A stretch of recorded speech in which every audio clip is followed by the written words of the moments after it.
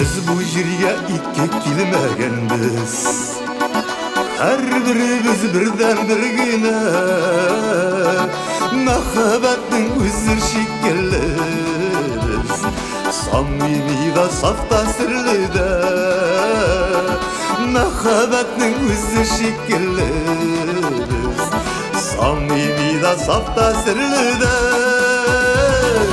Uzunayla uzar ömür qanatlanmasın, dik ko'ngillar qanatlansın, qanat dalmasın, dalmasın qanatlarimiz dalmasın hali.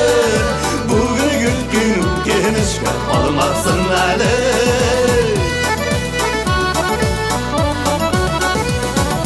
O'tkinmayib kunlar uzg'anina, o'tsin yoshlik yo'llari.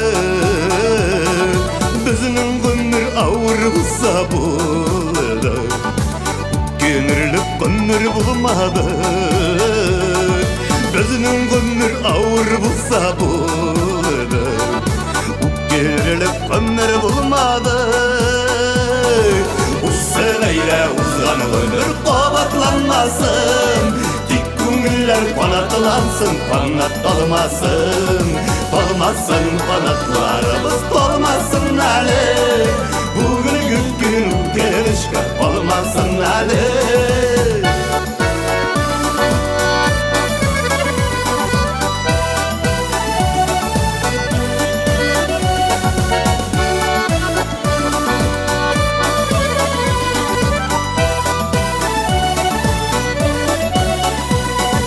O'tgan kunlar ko'pdan o'tganda Akillashib turib istirab, bizning baxti naq bugungi kunda, naq bugungi kunga biz kerak.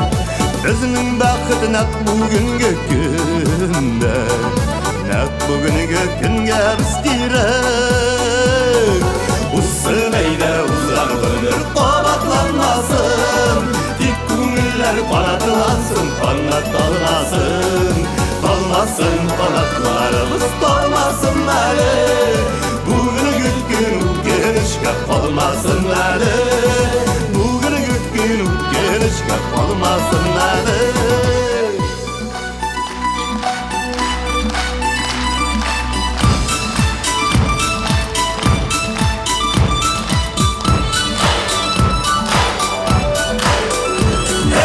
Uzunayla uzan ömür qabatlanmasın, dik ko'ngillar qanatlansın, qanat dalmasın, dalmasın qanatlarimiz dalmasın hali.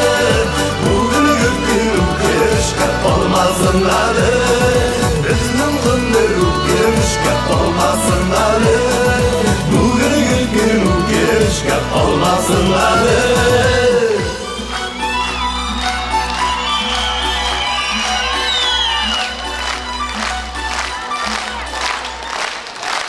Bugün konsertda qatnashdilar Marat Ayubov, Irik Aliyev, Albert Alimullin, Alina Safiyullina, Irina Muhammadjanova, Almaz Muhammadjanov, Rafiz Faziljanov,